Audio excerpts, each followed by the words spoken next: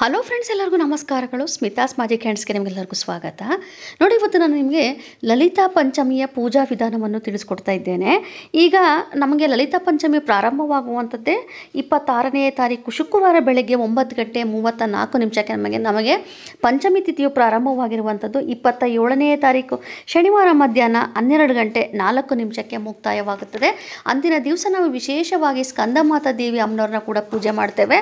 ಹಾಗೆ ಲಲಿತಾ ಪಂಚಮಿ ತಿಥಿಯು ನಮಗೆ ಈಗ ಶುಕ್ರವಾರವೇ ಪ್ರಾರಂಭ ಆಗಿರೋದ್ರಿಂದ ನಾವು ಶುಕ್ರವಾರ ಸಂಜೆಯ ಸಮಯದಲ್ಲೂ ಕೂಡ ಪೂಜೆ ಮಾಡ್ಕೋಬೋದು. ಅಂದರೆ ಲಲಿತಾ ಸಹಸ್ರನಾಮ ಹೇಳ್ಕೊಳ್ಳೋದು ತುಂಬಾ ವಿಶೇಷವಾದದ್ದು. ಶುಕ್ರವಾರವೂ ಬಂದಿದೆ, ಅದರ ಜೊತೆಲಿ ಪಂಚಮಿಯೂ ಕೂಡ ನಮಗೆ ಬೆಳಿಗ್ಗೆನೇ ಪ್ರಾರಂಭ ಆಗೋದ್ರಿಂದ ನಾವು ಅಂದಿನ ದಿವಸ ನಾವು ಪೂಜೆಯನ್ನು ಪ್ರಾರಂಭ ಮಾಡ್ಕೋಬೋದು. ಪೂಜೆಯ ಪ್ರಾರಂಭದ ಸಮಯ ಯಾವಾಗ ಅಂತಂದರೆ ಅಭಿಜಿನ್ ಮುಹೂರ್ತ ಬೆಳಗ್ಗೆ 11:47 12:35 ಆದರೆ ಹಾಗೆಯೇ ಅಮೃತ ಕಾಲ ಅಂತ ಬಂದಾಗ ಮಧ್ಯಾಹ್ನ 12:15 2:03 ಆ ಒಂದು ಸಮಯ ಆದಷ್ಟು ಪೂಜೆ ಮಾಡದಿರೋದೇ ಒಳ್ಳೆಯದು. ಆದಷ್ಟು 12 ಗಂಟೆ ಒಳಗೆ ನೀವು ಪೂಜೆ ಮಾಡ್ಕೊಳ್ಳಿ.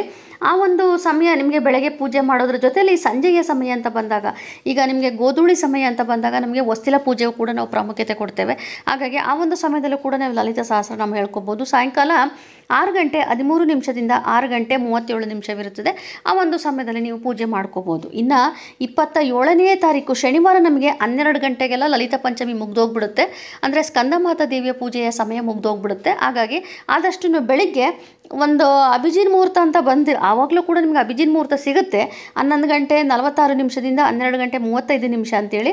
ಆದರೆ 12 ಗಂಟೆ ಒಳಗೆ ಪೂಜೆ ಮಾಡಿಕೊಳ್ಳುವುದು ಒಳ್ಳೆಯದು. ಇನ್ನು ನಿಮಗೆ ಶನಿವಾರದ ಪೂಜೆಯ ಮುಹೂರ್ತ ನಿಮಗೆ ಸ್ಕಂದಮಾತಾ ದೇವಿ ಅಮ್ಮನವರ ಪೂಜಾ ವಿಧಾನದಲ್ಲಿ ತಿಳಿಸ್ಕೊಟ್ಟಿದ್ದೇನೆ. ಆ ಒಂದು ಸಮಯದಲ್ಲಿ ನೀವು ಒಂದು ಲಲಿತಾ ಪಂಚಮಿಯ ಪೂಜೆಯನ್ನು ಸಹ ಮಾಡಿಕೊಳ್ಳಬಹುದು. ಈ ಲಲಿತಾ ಪಂಚಮಿ ಪೂಜೆಯನ್ನು ನಾವು ಯಾವ ಕಾರಣಕ್ಕೆ ಮಾಡಬೇಕು ಅಂತಂದರೆ, ನಮ್ಮ ಜೀವನದಲ್ಲಿ ನಾವು ಎಲ್ಲ ಸೌಕರ್ಯಗಳು ನಮಗೆ ಪಡಿಬೇಕು ಅಂತಂದರೆ, ಅಂದರೆ ನಮ್ಮಲ್ಲಿ ಒಂದು ಐಷಾರಾಮಿ ಜೀವನ ನಮಗೆ ಸಿಗಬೇಕು ಅಂತಂದರೆ ಈ ಲಲಿತಾ ದೇವಿ ಪೂಜೆ ಮಾಡುವುದು ತುಂಬಾ ಒಳ್ಳೆಯದು. ಯಾಕೆ ಅಂತಂದರೆ ಯಾವ ರೀತಿ ಪೂಜೆ ಮಾಡಬೇಕು ಅಂತಂದರೆ ಲಲಿತಾ ದೇವಿ ಫೋಟೋವನ್ನು ಇಡ್ಬೋದು. ಆದರೆ ಈ ಪಾರ್ವತಿ ದೇವಿ, ಶಿವ ಪಾರ್ವತಿ ಇದ್ದಾರಲ್ಲ, ಆ ಪಾರ್ವತಿ ದೇವಿಯ ಮತ್ತೊಂದು ರೂಪವೇ ಈ ಲಲಿತಾ ದೇವಿ ಆಗಿರೋದ್ರಿಂದ ನೀವು ಶಿವ ಪಾರ್ವತಿಯ ಫೋಟೋವನ್ನು ಇಟ್ಟು ಸಹ ಪೂಜೆ ಮಾಡ್ಬೋದು.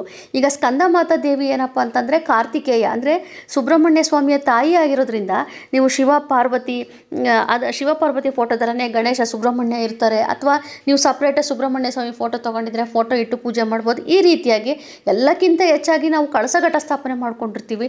ಹಾಗಾಗಿ ಆ ಕಳಸದ ಮುಂದೆ ನೀವು ಸರಳವಾಗಿ ಈ ಒಂದು ಪೂಜೆಯನ್ನು ಮಾಡಿಕೊಳ್ಳಬಹುದು.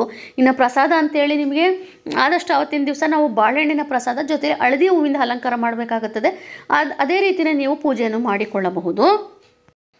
ಹಾಗೆ ಶುಕ್ರವಾರ ಸಂಜೆನೂ ಕೂಡ ಲಲಿತಾ ಸಹಸ್ರನಾಮ ಹೇಳ್ಕೊಳ್ಳಿ, ಮತ್ತು ಶನಿವಾರ ಬೆಳಗ್ಗೆನೂ ಕೂಡ ನೀವು ಲಲಿತಾ ಸಹಸ್ರನಾಮ ಹೇಳ್ಕೊಳ್ಳೋದು. ಲಲಿತಾ ಸಹಸ್ರನಾಮ ಜೊತೆಲಿ ತ್ರಿಶತಿ ಮತ್ತು ಅಷ್ಟೋತ್ತರ ಇದಿಷ್ಟು ನಾವು ಲಲಿತಾ ಪಂಚಮಿ ದಿವಸ ಹೇಳಿಕೊಳ್ಳಲೇಬೇಕಾಗುತ್ತದೆ. ಆ ಒಂದು ಲಲಿತಾ ಸಹಸ್ರನಾಮ ತ್ರಿಶತಿ ನೀವು ಅಷ್ಟೋತ್ತರ ಹೇಳ್ಕೊಂಡು ನಂತರದಲ್ಲಿ ನೀವು ಶಿವನ ದೇವಸ್ಥಾನಕ್ಕೆ ಹೋಗಿ ಅಲ್ಲಿ ನಿಮ್ಮ ಹೆಸರಿನಲ್ಲಿ ಒಂದು ಅರ್ಚನೆ ಮಾಡಿಸಿಕೊಂಡು ನೀವು ಮನೆಗೆ ಬಂದು ಅರ್ಚನೆ ಅಂದರೆ ಕುಂಕುಮ ಅರ್ಚನೆ ಮಾಡಿಸ್ಕೊಂಬಂದು ಕುಂಕುಮ ತೆಗೆದುಕೊಳ್ಳೋದ್ರಿಂದನೂ ಕೂಡ ನಿಮ್ಮ ಜೀವನದಲ್ಲಿ ನೀವು ತುಂಬಾ ಬದಲಾವಣೆಗಳನ್ನು ಕಾಣ್ತಾ ಹೋಗ್ತೀರಿ.